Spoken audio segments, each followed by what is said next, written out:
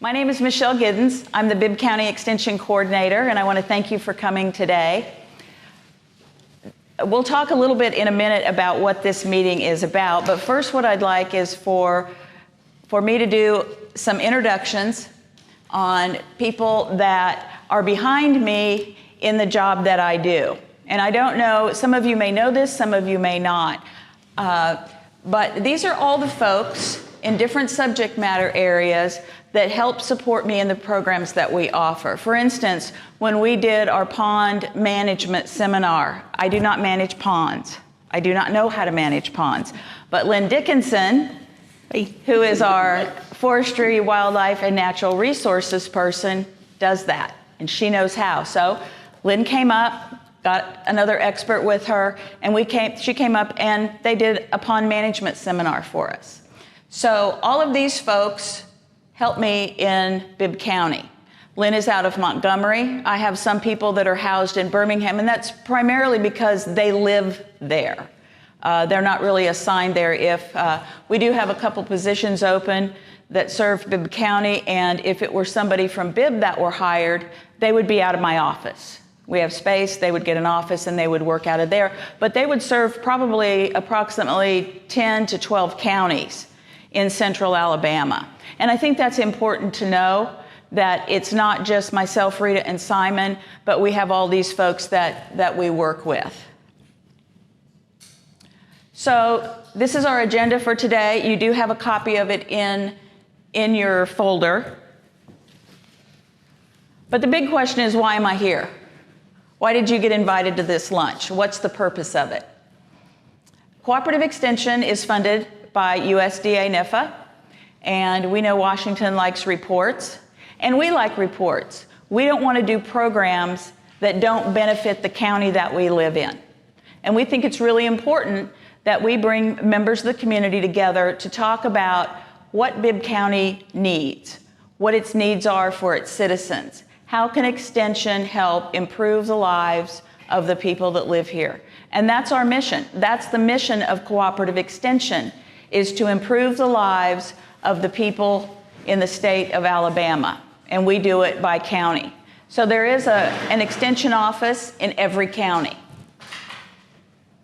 So we're going to talk about some of the programs that we've offered in the past, some new things that we think would be good for Bibb, Auburn and Alabama A&M, the two universities that are land-grant universities for Cooperative Extension, have put together a new strategic plan. We're going to show that to you and get some feedback. But this is basically to get feedback from you, ideas from you on what you think. And so before we go any further, what I'd like to do, just so everybody knows who everybody is start and go around the room and just tell us your name and what you do, if you're retired, that sort of thing. Rita, I'll let you start. I'm Rita Dunn, and I work with Michelle, and I'm married to Willie. And keeping us in line is a big job, okay? And I'm Lynn Dickinson. I'm the Regional Extension Agent for Forestry, Wildlife, and Natural Resources. I'm not quiet here. Sit up room. No, go ahead. I'm retired and help where I can. I'm Stephanie Kimmer, I'm the probate judge in Bibb County. Tracy Griffin, librarian, and public.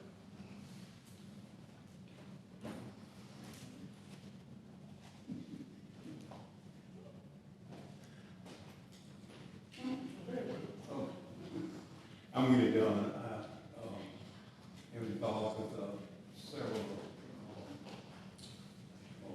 foundations. The Bible Medical Foundation, I'm on the board here at the local hospital, Bibb Medical Center, and I also serve on the Bibb County Education Foundation and the Child Care Foundation. So I was in the banking business for 43 years, so that's where you get everybody just puts you on that board. So that's what I'm involved. If you didn't know, this is West Boston Councilman Fred Lynch. I'm Valerie Cook, I'm the director for the Bibb County Chamber of Commerce. Pam Cottingham, I'm retired. I used to be any litter in the schools. I'm Vic Walker. I'm retired as well. Kind of new to Bibb County, been down here a little over 2 years. Also served as president of the board of Briarfield Fire and Rescue. I'm a firefighter EMT with them. Sanithia? Good morning, those Centreville Flowers. I'm a regional extension agent, and I'm based out of Jefferson County. Been with Extension for 20 years, and mainly in the area of family and child development, but now in the area of health. All right, and we also have Mike Hobson with us from the Centreville Press. And I'm the cameraman. And he's the cameraman. And if you'll stand on the other side instead of front. I will do that for you. It'll be better video. So that's pretty much why you're here today. That's why I've asked you to come and just talk a little bit about our programs that we have been doing and what we can do in addition to that. I put this slide in here because many times we'll get recommendations for things like, well, we need better roads. Well, I agree with you, we do need better roads, but Extension can't fix that problem, unfortunately. Okay, so the 30,000-foot view as it applies to Bibb County within the parameters of educational programming. That's what I need you to think about. What programs, activities, classes, courses that will help make the lives of Bibb County citizens better. The other thing I'm going to ask you to do is think about where partnerships might work. Are there partnerships that Extension can work with to help an organization or a city make something happen? For instance, recently I got a call from Dan Sims out of West Blockton. And he wanted two things. He wanted a community garden and he wanted the farmers market started again. Well, the community garden is kind of a big ticket item. And while I can help him with that, that's not something that we could get started when planting season started. So I said, well, let's talk more about that in another setting. But right now, let's focus on a farmer's market. He gave me the name of a grower, Jeremy Bearden. And I also attended a workshop that was put on by the state of Alabama Farmers Market Authority. And one of the things they suggested to me was, in a small community such as West Blockton, you don't need several vendors. You need one that has enough produce for 4 hours and has a big variety of produce. So that's where we're starting. Now, of course, once you get into that sort of thing, you find out that one person is not a market, one person is a farm stand.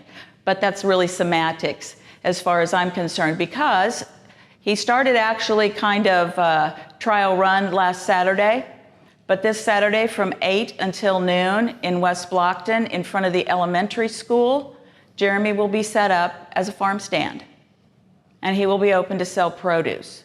And hopefully by this Saturday, he will be able to take senior vouchers. We've been working on that process with the state and with the city. So that's the kind of partnership that I'm talking about. It was something that I could come in and help West Blockton get established. And now it's kind of theirs to take and run and make happen. Now, let's say that Jeremy sells out, he can't keep produce in stock because it's so overwhelmingly popular. Then we'd talk about who else could we bring in. But for right now, we felt we'd start with one person, and we'll hope that that works. So, West Blockton is in a food desert like much of Bibb County, so hopefully it will allow some fresh produce that Jeremy's grown to get on some tables in West Blockton. Extension has priority teams, and these are big headings for different programs that fall under them. Agriculture, forestry, natural resources, that would be things like pond management. It would also be the agricultural programs that we offer, such as beef cattle, goats. We do a wild hog seminar to help people get rid of wild hogs on their property. We do a land management program. So those are kind of the things that fall under that. 4-H and youth development. 4-H is probably one of the best known things that Extension has going for it. Of course, that's summer camp. It's clubs such as the Forestry Club, which took first place in the junior division last Saturday at Oak Mountain. They took first place overall, and we were very proud of them. They worked really hard. There's also a livestock club that Simon's going to start back up. And we also have established a homeschool 4-H club for kids that are homeschooled in the county. Simon found out that there's over 100 families that homeschool their kids in Bibb County, and we had no idea till we went looking. So those are the programs that Simon does. We did the Groundwater Festival back in the middle of May, where we brought all the fourth graders in Bibb County out to Living River Retreat Center and taught them about the importance of groundwater and why it's important that they take care of it. And they spent the day with us, had a great time. Workforce and community development. Those are going to be classes like, job prep, helping people develop soft skills. It could be customer service. We did a hometown hospitality for adults, but I also went out to the Career Tech Center and did 4 classes on customer service. What does that look like? Why is it important? So that comes under workforce and community development. And human sciences is the new name for family consumer science, but basically it encompasses anything that has to do with nutrition and health, family and child development, money management. So we offer classes in and around that. We've done a parenting class for rural parents who have children with special needs, because services are so far away for them. To get into Tuscaloosa, to get into Birmingham, Hoover, that can be really difficult. So we've done some workshops for them to hopefully help the parents and the child as well. And we've done virtual money management courses, both personal, and we've done some for businesses. Now that would fall under the community development, workforce development title. So those are the big headings. That's the big picture of what we do. So the priorities identified in 2019, before COVID flipped our world upside down, these are the things that a group similar to this, and some of you may have been at that grassroots meeting, these were the things that they felt were the needs of the county in 2019. And many of those things we've done. Sanithia does the vaping classes in the middle school, is that correct, Sanithia? In high school. Through 12th grade. She comes out and does those. Simon does an anti-bullying program in the schools. And he also does drug education as well. We have the small 4-H clubs that we do, like Chick Chain, the Forestry Club, those kind of things. They talk about finance at their leadership program that Simon does in the fall and the spring with the high schoolers. So a lot of those we do. You'll notice buy local, tax dollars, road repairs, that's one of those. We'll tell you to buy local because I believe in it. I think it's the right thing to do, but I can't fix the roads and I can't do anything about tax dollars. So, that's what they decided, and I think many of those still apply, but I need to hear from you if you think that that's still important or what else needs to happen.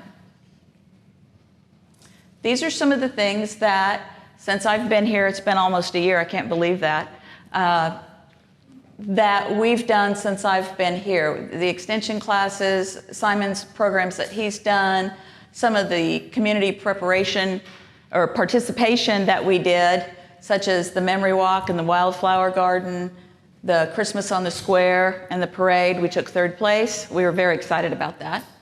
I work with the Chamber of Commerce on anything that they may need, Bibb County schools. So that kind of gives you an idea. The Groundwater Festival was a partnership with Bibb County Soil and Water Conservation District. And many of you know Debbie Clements. Her office is in our building as well, and we both kind of had the same idea at the same time and said, hey, what about? And so we made that happen. So those are some of the things that we've done this past year. So the path going forward, which means what does 2022, 2023 look like? What programs do we need to see? What programs do you want? Where are the gaps? These are some of the things that we've kind of been throwing around that we think need to happen. I'm trying to put together with Bibb Medical 2 programs. One is a leadership program that we want to get started, And we want to contact local businesses and ask them to send a member from their company once a month to a leadership program. Hopefully they would not have to take a vacation day. It would be a paid day for them. It would last a year. And we have folks from Auburn, Matt Ulmer, who works in our community development and workforce development, would bring a team out, and they have an actual program. They used it in Etowah County, and it was very successful. And that's something I'd like to start here in Bibb. The other thing that occurred to me, and this idea actually came from my husband, and that was frontline management. If you've ever been a frontline manager, you probably didn't get a whole lot of training. So what does that mean? What are the skills that you need to be a frontline manager? Do you know how to train people to do their job correctly? Do you have the soft skills that you need to talk to someone? Do you know that you need to show them respect or they're not going to listen to you about anything you do? That trust is important. That if you're performing a task at work, that it's better to say, Lynn, tell me why you're doing it that way. Show me why you decided to do that job, that task that way. Rather than, that's not what the company says you need to do. The company says you need to do it this way. The first route gets a conversation going with her. There may be things that she's discovered about doing that task that the company didn't know. But she's figured out maybe a safer way to do it, maybe a faster and more efficient way to do it, a way to save money. But if you approach her the second way, she's not going to talk to you about it. Because it's rude, it's condescending, and it doesn't show any respect or any trust for what she does in her job. And I think that's really important. You want to teach people how to take ownership of that management position. And so that's something I set out on our deck and quizzed him until he was ready to throw me off the deck, I think, he managed for, probably 50 years. And so he did it for a large food service company. And he's pretty good at that. That's what he's done. So I picked his brain, and I want to put it together with Matt and see if we can't make that happen. Healthy cooking. We all know that wellness and the obesity rate is an issue. This is a fabulous facility. We are so lucky to have this in Bibb County. I know a lot of bigger cities that don't have something like this that's available. But what I'd like to do is show people how to maybe use some of those fruits and vegetables that they buy at the farmer's market and show them how to cook them in a healthy way. Not deep fry them, not with a lot of sugar, but how to use spices and other techniques of cooking to really bring out the flavor of that food. Of course, we have Master Gardener. We're getting ready to start that back up again. We have another class. I think that Nelson said it starts the registration starts in July, or maybe next week. I'm not real sure. I just got the email. I'll have to look. We also have a new program that I'm going to let Lynn Dickinson talk to you about. It's called The Woods in Your Backyard. Right. The Woods in Your Backyard is a program that was developed by 3 extension, Penn State, Virginia Tech, and University of Maryland Extension. And they developed it about 10 years ago.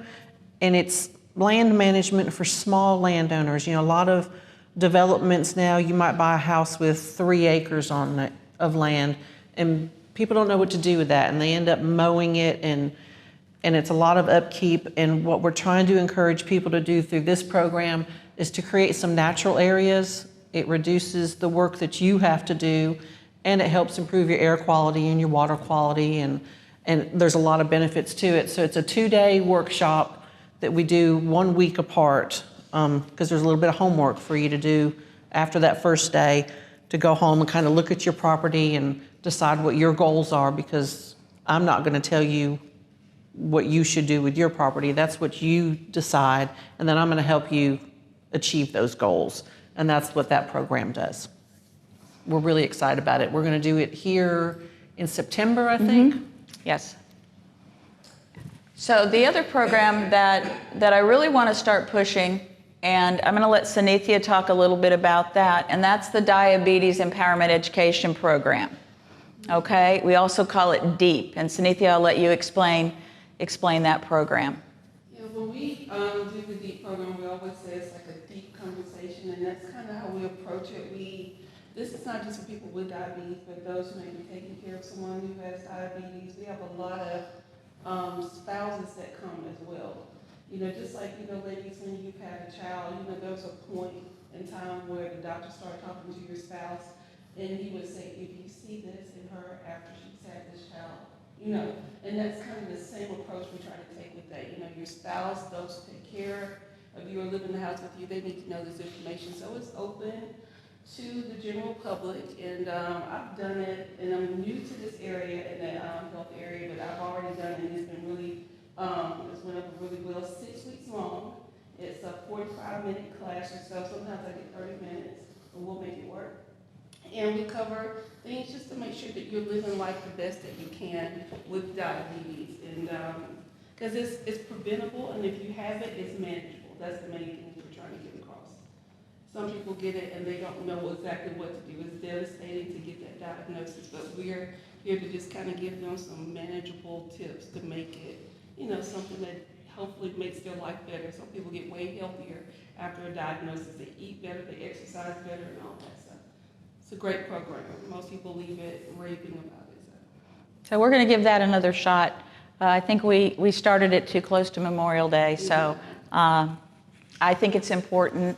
And I think even if you don't have diabetes, I think there's probably some really good eating tips and healthy tips that you could pick up from that, especially if you're borderline. For sure, yeah. So a new program that I just got an email about, so I don't know a whole lot about it, but it's called Operation Grow. And it's a program that Extension has worked with to support military veterans interested in agriculture.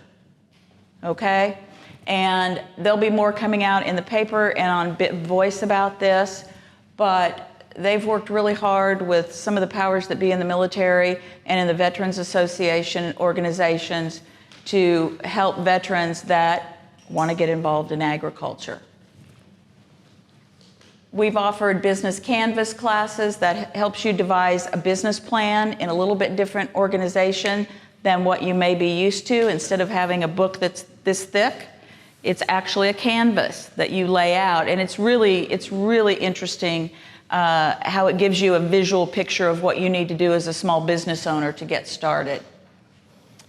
We are getting a new SNAP Ed person that'll be back in the classroom. That person has not been hired yet, but we're going to start with that. And the community garden, I still have that I'm going to try and get going for Mayor Sims in West Blockton. So those are just a few of the courses that I'm responsible for.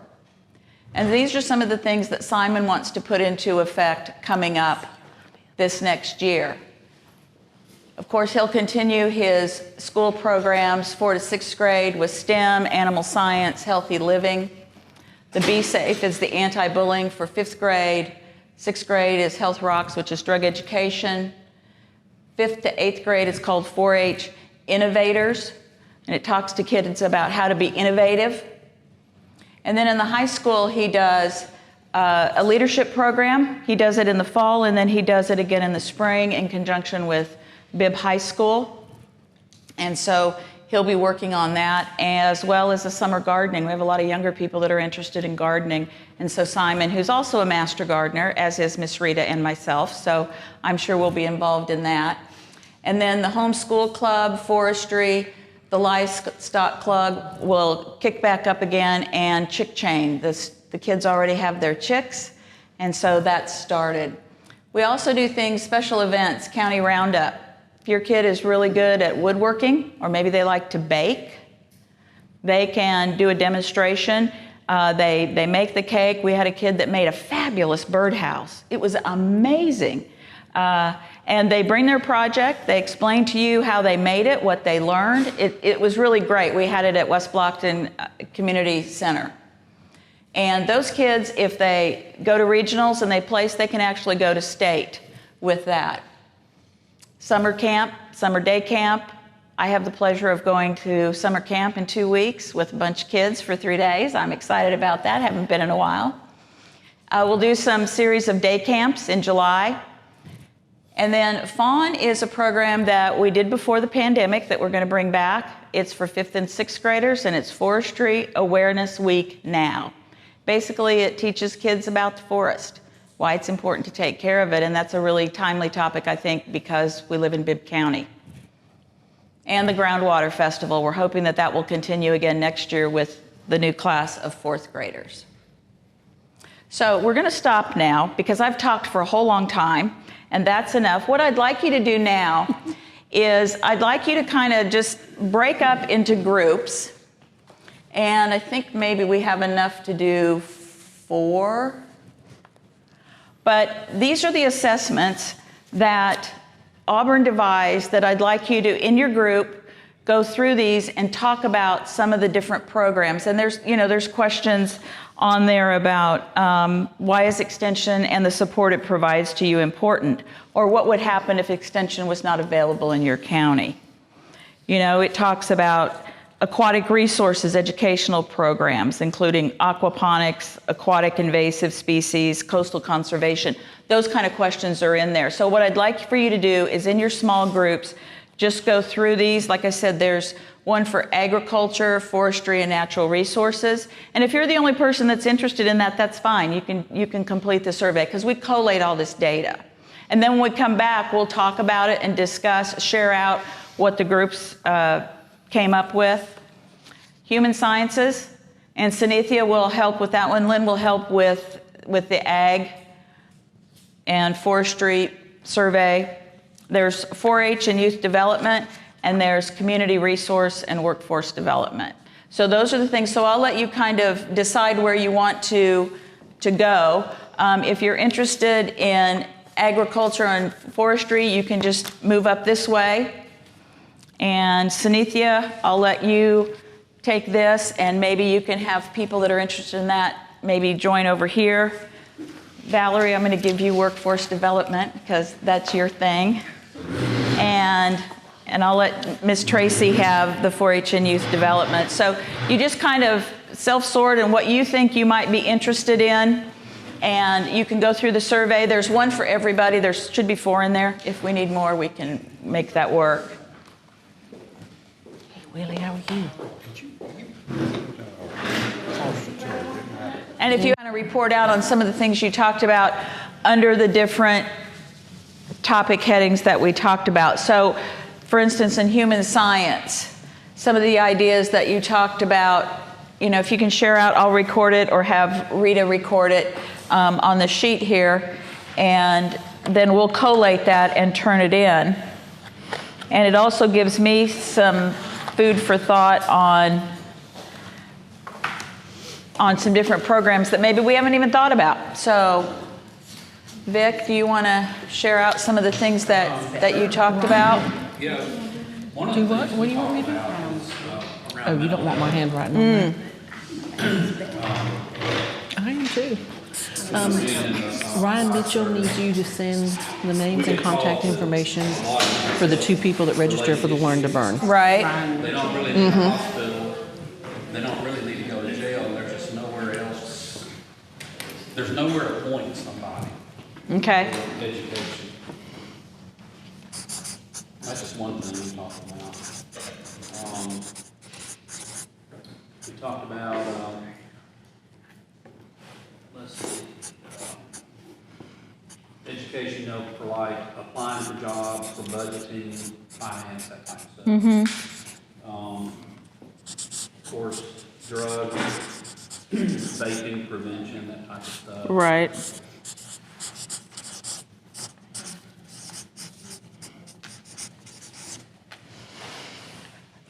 Some of these y'all have, healthy eating, diabetes, those type of things. Just educating people on that. So on the mental health, do you think that it's more about resources for the firefighters to help point people like, and I know this because I'm on the board for the fire department, but we have, we get called to a lot of suicide attempts, unfortunately. That's one of our highest calls.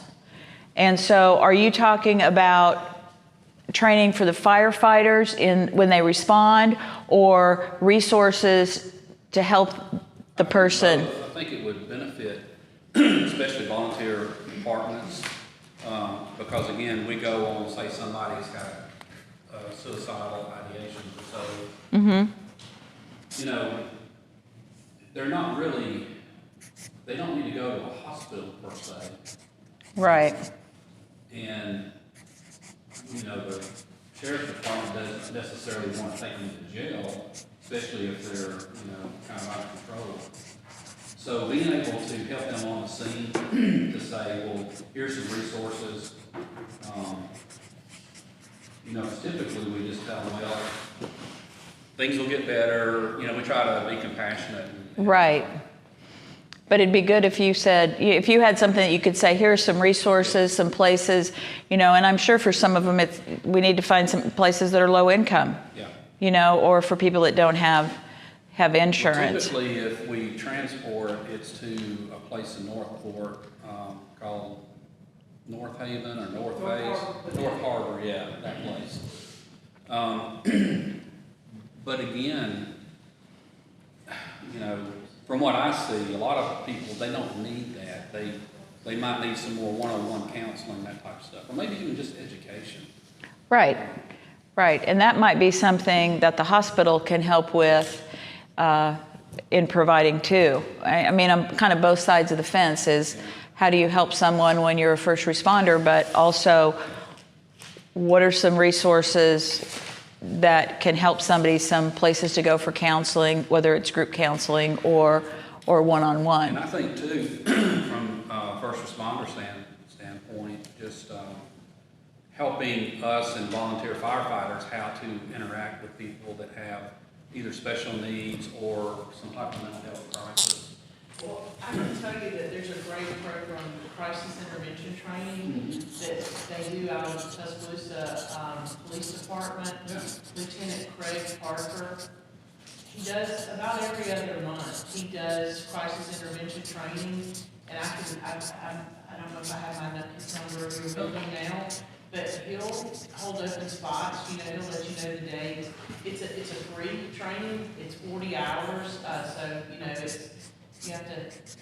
It's a commitment. Take the time to it, but we've had a number of our officers here in this county go through it, and then Lieutenant Parker was kind enough to even come to Bibb Medical Center and do training, and that one, we had other people other than law enforcement. It's really designed for law enforcement, but that totally relates to first responder. I mean, that's the same thing. But we had other people, like from DHR and from the school system and from, you know, just to be a part of from the DA's office. I'm trying to remember who else was involved, but we had a number of different, you know, organizations represented. But that would be a good training. And in any way that I can help through the probate office, because obviously I'm working with the 310 mental health court all the time, Indian Rivers behavioral health. And so if it's nothing more than providing y'all with pamphlets or organizing, you know, a brainstorming session that we could have Indian Rivers come down and we could work together. You could get the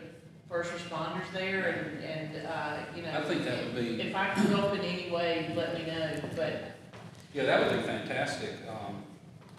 You know, even if it's a trainer type thing, if we sent one for 40 hours and they can come back and, you know, teach it to our department. Yes. Mm-hmm. And I can even give you the names of some of the officers who've already gone through it. I've heard nothing but positive feedback from it. Everyone that I know that went through said this should be mandatory. We should all have to do this training. It's very interesting. I sat through part of it. I haven't been through all of it, but the part that I was able to be at was, you know, I felt very informative, very helpful. But I think you benefit from that. That's a good idea. Hard thing from our perspective is we're there during an emergency, so to speak, and they look to us and they look to the police for answers. That's you know, right. we called you to help us. Well, how? I mean, we don't really know how to help Your them. hands are tied, yeah. In a sense. So. Especially if they're not willing to go somewhere. Right. And then you're having to make some kind. Do you work with Jackson? Mm-hmm. Okay, he went to the training. Oh, Talk to did he? him about it. Because we brought him in as a part of AMSR. Mhm. That was one of the organizations I was trying to target. And, so, you know, get his feedback I on will. that, yeah. Okay, good, good. That's great. In the group that, last month I went through, it was called Mental Health First Aid. So it is more for educators. But they're talking about that, and I was like, good for what you're looking for. But they were telling us that next month they're gonna launch a hotline, it's like how 911 exists and 411. And I couldn't find what this company guys, so it's gonna be 988. It's an American Vow of Text 988. They'll be connected to the National Suicide Prevention Hotline. In real 11 minutes, someone takes their life in your US. But nonetheless, I don't think it's officially launched, but if you call now, it's still working, but they're gonna launch that thing. So this month, I'm thinking, I keep saying July, but I think it'll be this month. It'll be, kind of probably widespread soon. Good, that's good to know. Someone else who might offer resources, is, you mentioned that you invited Cheryl Dodson. Mm-hmm. You know, she Yes. works with, suicide prevention, with ASRCRC. It has ASCRC, I don't know the order. Yeah. I know what I know, I do the same thing. I don't know the order, but yes. But she might have information that, even if y'all just had, in addition to the training, but having some of these resources, like something that had the 988, something that had information from Indian River, something that had information from Cheryl's, we could just keep you supplied with those so that you have them either on the truck or whatever, that something you can leave there with them, especially if it's a situation where they don't go to the hospital, or they don't go to North Harbor. That would be fantastic. And I will say, Bibb Medical has, they work fantastic with us. They've been so good and step up and really partner with us. So I had thought about, reaching out to them as well. But yeah, just having something you can hand somebody, because I can tell them all day long, it's going to be okay, keep your chin up, those try to encourage, but. And they may not be in the mindset at that moment, Right. but then later on, if they have something they can refer back to, and they're not even having to call somebody to ask for it, but it's Right. already there available for them. Or if a family member is there, you can give it to the family member so that they have some resources to work with for that person. Let me ask you, this is a little bit of a segue, but not much, and it's something that I've thought about, and it's kind of pushed more to the front of my mind in recent days, and that's an active shooter class. And the thought that I would even have to offer one of those is just heartbreaking. But I also think that while we'd like to think it won't ever happen here, there are hundreds of small towns all over the United States that thought the same thing. And I wonder if that would be something for, educators, government workers, here, any grocery store, you just don't know where it could happen. And I've wondered, I know that Spruce McRee, the fire chief for Briarfield, has a connection with someone that has done those for churches. Kirk Smith, I think. And Kirk, Has done some of that. and I just wonder if that's maybe something that would dovetail well. I know that the fire departments probably have gone through some of that training, but, just kind of like CPR became something that everybody should know. Unfortunately, I think what to do in an active shooter situation is probably something we need to add. So, Michelle, Stephanie advocates and we have for 2 years for a secure facility here on this campus. We're working. We're not going to give up. I brought it up one time without knowing that she was a real advocate of that, but she has to send some of these people to jail that need to be in a secure facility. So we're working toward that at the hospital. okay. I've read before where, like some volunteer dads, where they're not necessarily even have to have, they don't have a weapon, but they're just there at the door to, prevent someone from trying to come in. Okay.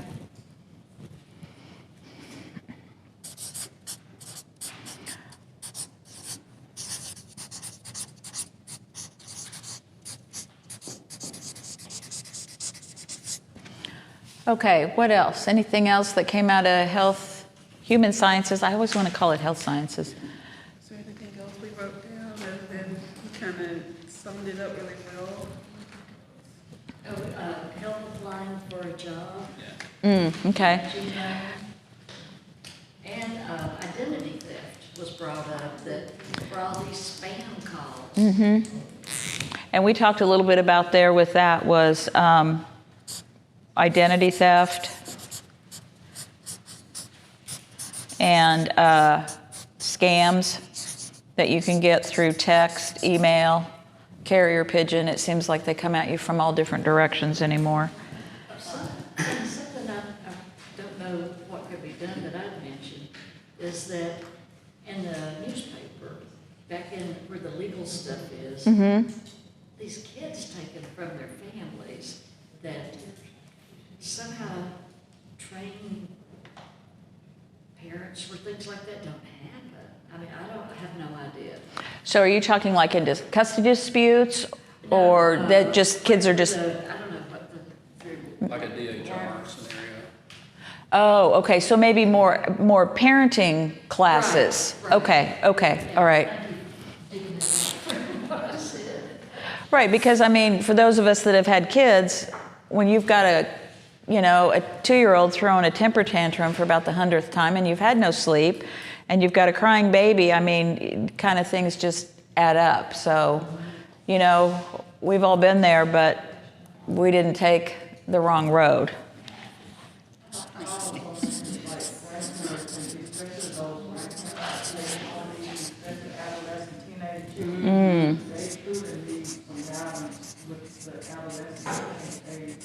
Because a lot of the kids that taken off into the grandparents' hands, and my brother doesn't have one grandparent that has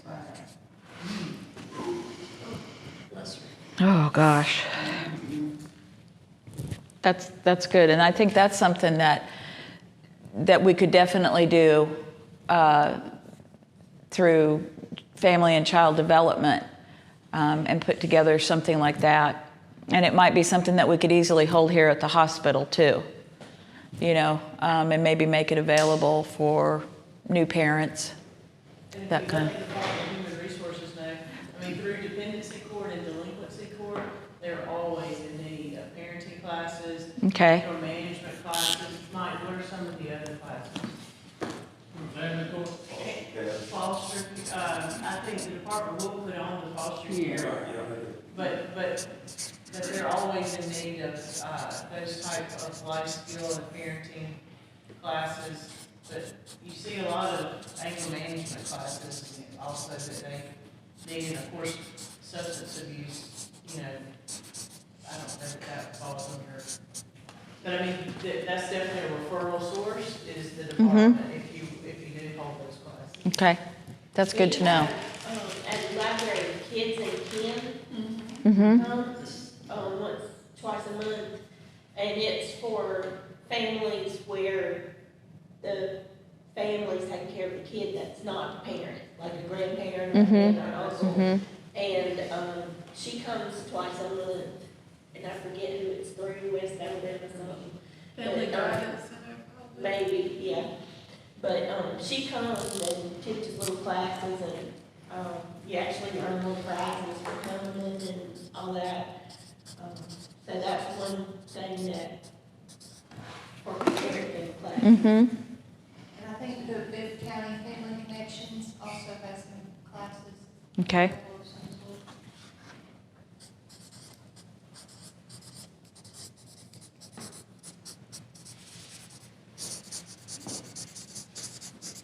Okay. Anything else? If something else pops up, raise your hand. We'll come back to you, but we're gonna jump on here. So, and some of this kind of overlaps too in workforce development and community resource development in the back. We talked about a few things. Valerie, Stephanie, Tracy, you want to share some of the things that we talked about? Computer classes, teaching how to do email, how to just operate a computer, how to note,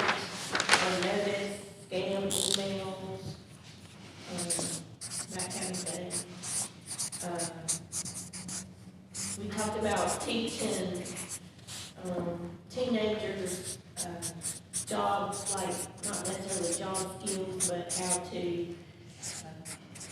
Maybe etiquette. Service, Yeah. You know, how to show up to work, how to dress, how to, that kind of thing. Right.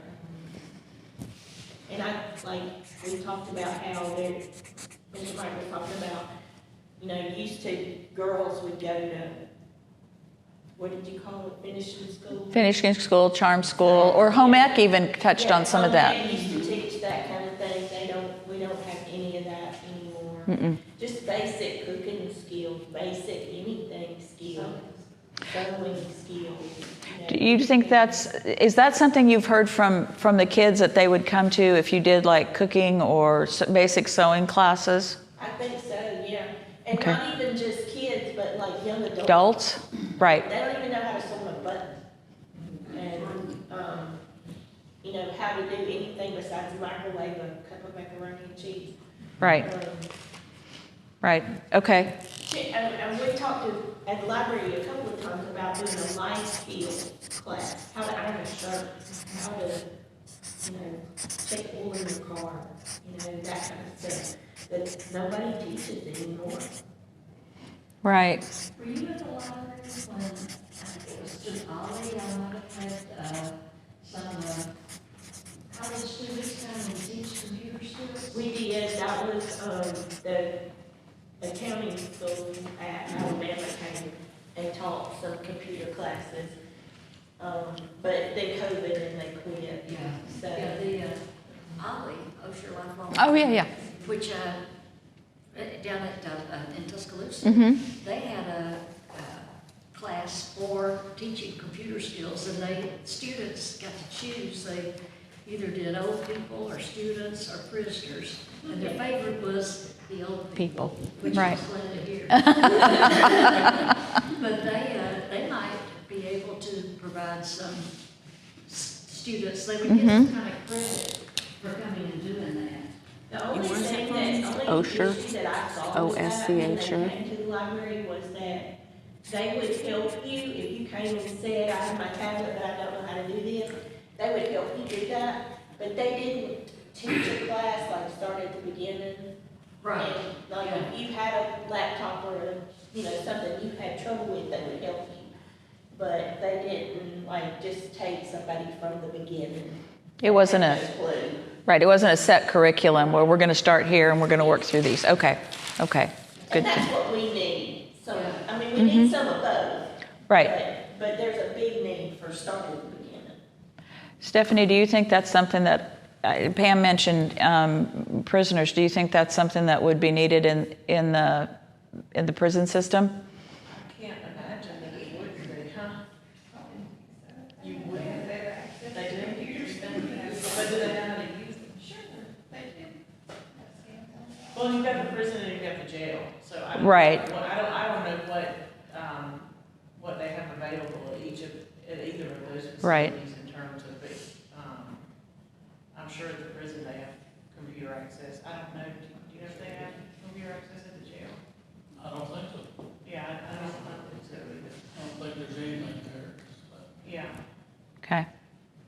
But they have some courses, Jumpstart Ministry has like a program in the prison, but I'm not sure if part of it, and I think they use computers, I'm not sure if it starts off with basic computer skills, and of course you have to apply for that program, that's not. Right. They have all sorts of requirements for, a person, an inmate to be able to be eligible for that, but, I mean, I could find out if y'all wanted to, but. Okay. Yeah, or if you can shoot me the name of the person, to talk to at the jail or at the prison, that would be great. Because I think sometimes,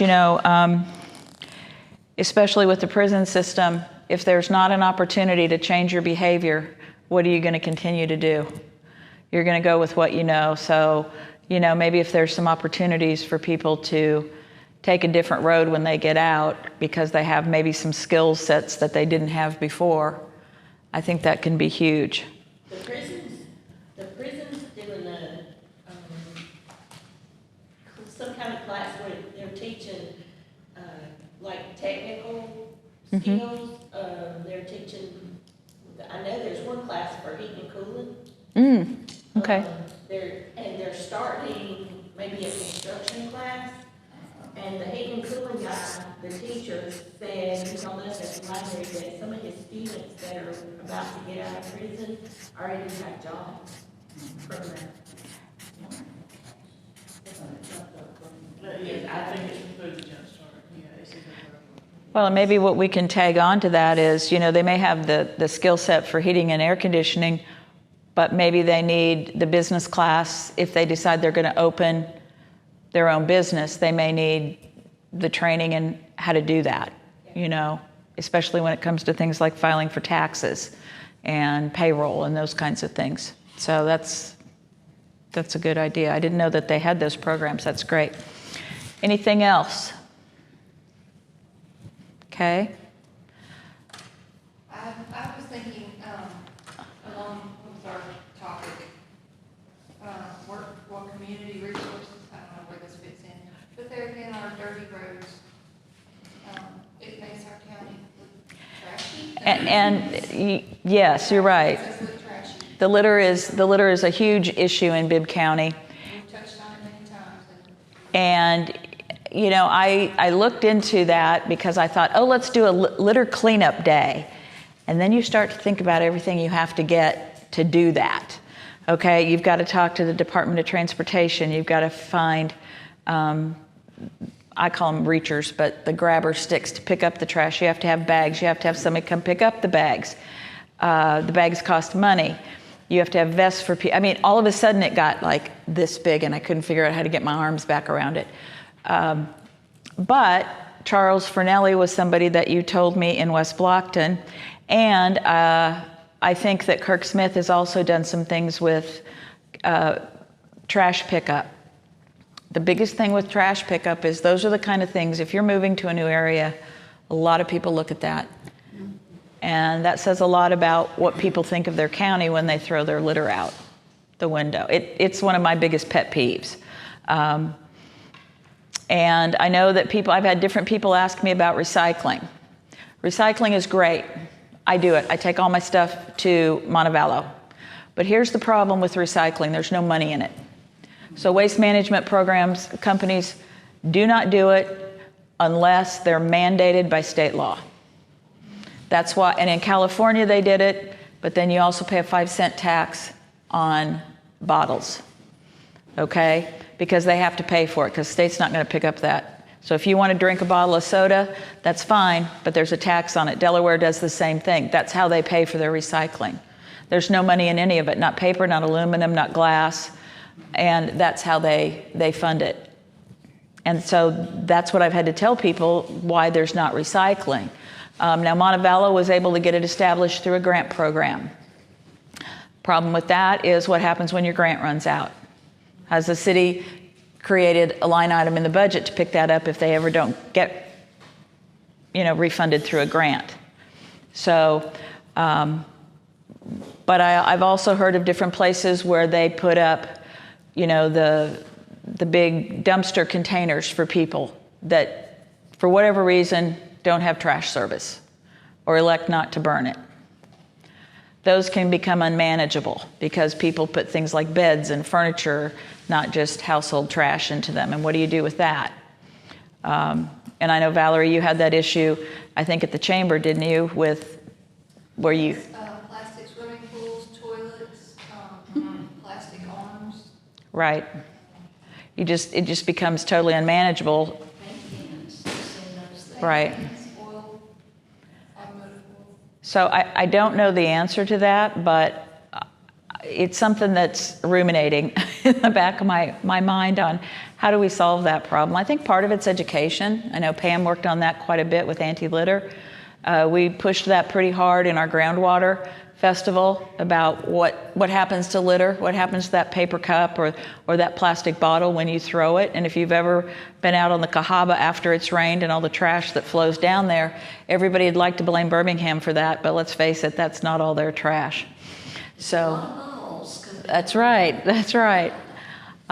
So You know, I'm always open to ideas. Maybe it's one of those things where we just take different sections of the county and just focus on a couple of roads. But I'm always open to ideas on that. I know that DOT will help you with a pickup. I think they will provide bags. America the Beautiful will also work with you on that. In September, there is National Cleanup Day. And so I'm trying to think about how we might be able to organize. You know, maybe Woodstock picks an area, and Woodstock is responsible for that, for a road that goes through there that's really bad. You know, West Blockton does the same thing. Briarfield, you know, I would vote for Highway 2. It's short, it's fairly well traveled, it's pretty bad. You know, there's just, I think, different areas, and maybe that's how we go about it, maybe involve the churches. So, but like I said, that's on my to-do list, which seems to be getting longer by the day. Michelle? Yes. When I did in Britain, we had our pickup day, I went to the business, like, we have BLS. Mm-hmm. They actually got on and helped us pick up paper, sales, have their employees help us Really? pick up. And they also donate me different items for things like pick-uppers Mm-hmm. and garbage bags and the dress that you put on. Also, Walmart did the same thing, and they sent us people to help us pick up paper. But mind you, when we picked it up, we went back down the street and back down here. Oh, I know. What we're gonna do, you know, about that situation. But if we go to the businesses, we probably get some help. They can make some donations, and we just get the people to go out and try to pick up. And I know that one of the guys that works for, I think, Centreville Sanitation, or maybe the county, I'm not sure who, because he came over. We had a bunch of pickup bags in the office, and Kirk had called me and said, do you have any? And I said, yes, come get them. And he sent a guy over, and he said they will actually come pick them up. If they know when it's going, they will come up and pick the bags up. So what I had my city employees to do, the street department, we just left the bags on the street, and they came the same day and picked them up. Right, and that's what he told me they would do. And I think that's helpful. I think at the same time, it's a full court press on education and kind of flooding all sorts of media with, you know, come on, it's 2022, stop this. You know, you got to put gas in your car. There's trash cans there. Clean out your car then. Don't throw stuff in the back of your truck. It blows out. You know, I just think it needs to be a really big push. I did any litter, it was addressing kids in elementary school, but I think kids that are about to get their driver's license also need to be educated. My wife and I pick up on our street about a mile either way, and I'd say 60% are beer bottles, wine bottles, whiskey bottles. And I guess people are just throwing them out. Well, we have that same problem at one intersection where I live, and I was told that there's one person that apparently has a problem, has not sought help for it, and gets rid of the evidence before they get home. Now, that would apply to kids drinking underage, too. And we did have that problem, and I called the sheriff and said, hey, can you start patrolling this area, you know, around midnight or so? They did. It went away. Now, there's still somebody that lives in our neighborhood that throws out their beer cans. I don't know who it is, but somebody else picks up after. Cans, and of course, I'm sure that people think we're raging out. We go pick it up, you know. Right, exactly. You know, and I think it's one of those things too where, you know, we do the same thing where I live. You may not have thrown it out. It may not even be on your street, but pull over, stop, pick it up. You know, I keep the Walmart bags from groceries in my car so I can do that. Why? Because it makes my neighborhood look better. And I don't like looking at it. So, and I think it just has to be a lot of education. And maybe it takes a lot of repeat of pickups to get people to realize that this is an important thing that we're tackling. So, okay. Ag and natural resources. Lynn, Willie? You got a list? I got a list. It's a short list. Okay. I got a list. So we talked a little bit about high fence habitats and hunting.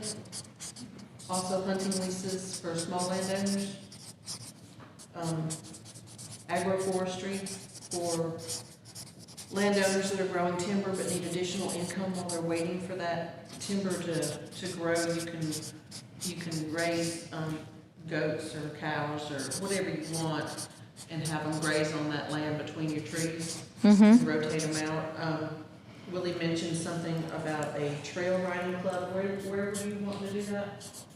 Forest Service has numerous roads there, properties and that. I just thought that would be some kind of business that somebody was interested in, trail riding, horses or even four-wheelers. And I don't know if you have to get approval from the Forest Service, but the problem with Bibb County and Forestry is that 35% of our county is for national forest. And this is open for money, and it's a source of income, for people coming in money.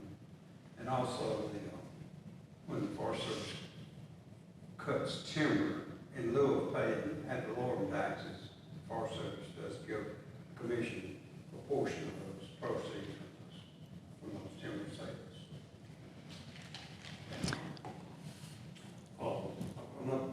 We covered these things. We had a forestry tour here a month ago. So, Mm-hmm. feral swine and invasive species of cricket and that kind of stuff is a problem. And so the time deal is something that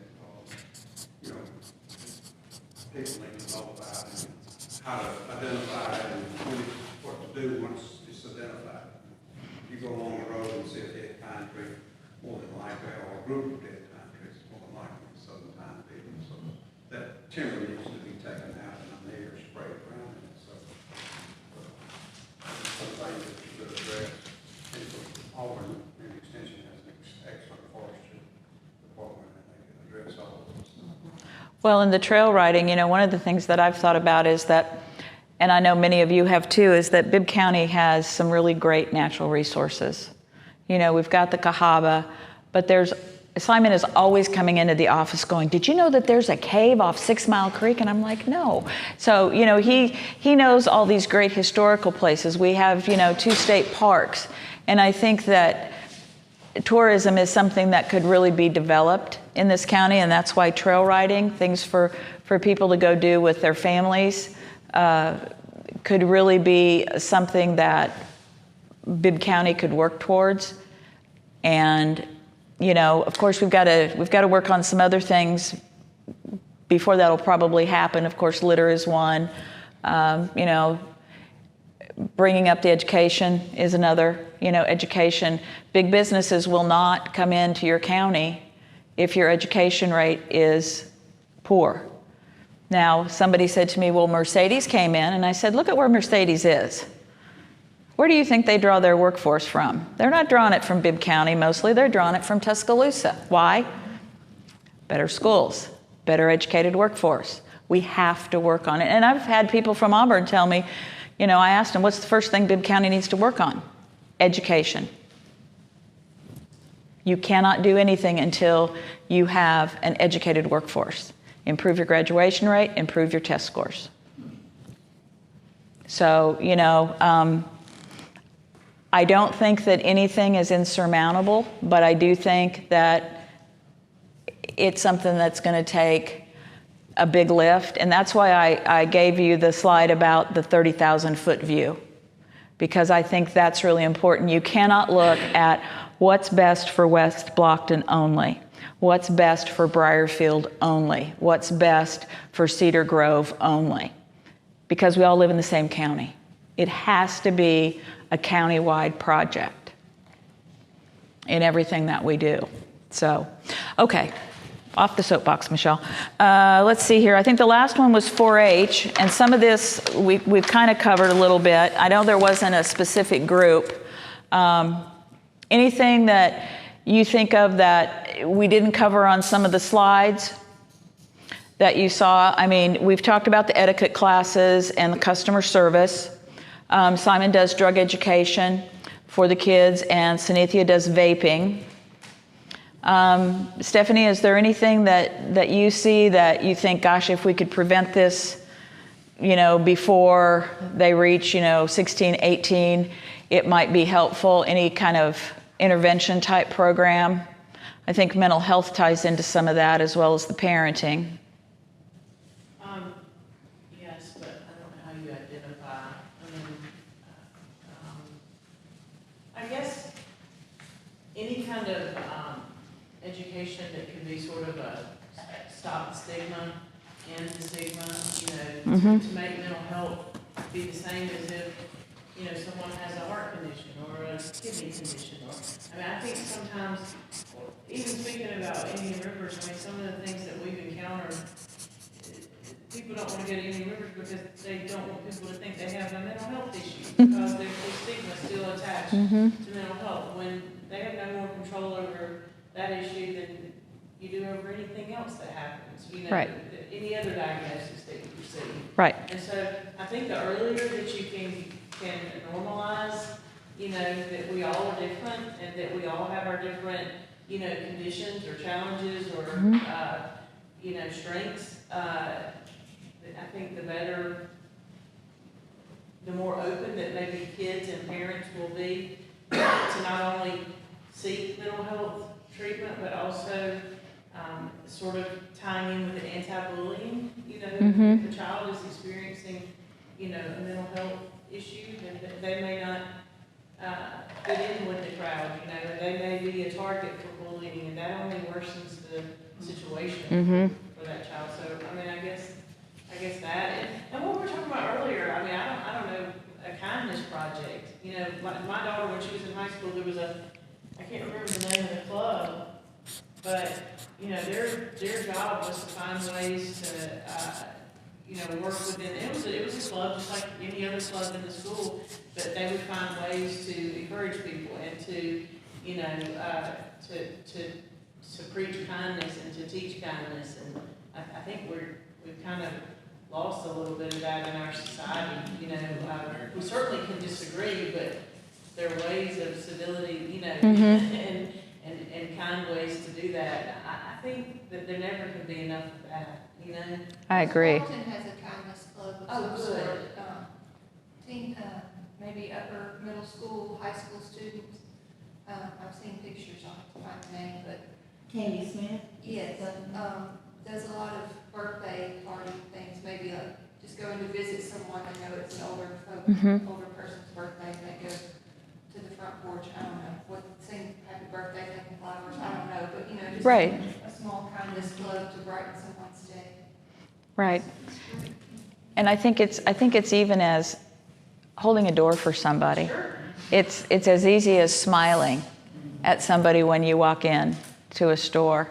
I have really bad eyes, so I have this habit of doing this because I can't see even with glasses, and I always look like I'm scowling. So I've really had to make, a mental note when I am working with a lot of people or I go into a store that I don't scowl. It's not intentional, it's just a habit. So I've had to work really hard to that because my kids used to say to me, "Mom, are you mad?" No? So there you go, mouths of babes. Let's see here. I'm going to show you, go ahead. I got a couple of things. Yes. To add in the categories that you've just identified, like 4-H.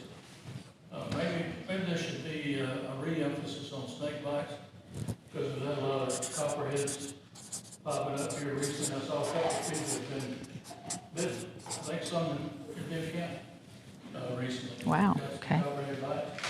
So snake identification and how to avoid them. I don't like snakes and I don't like handling snakes.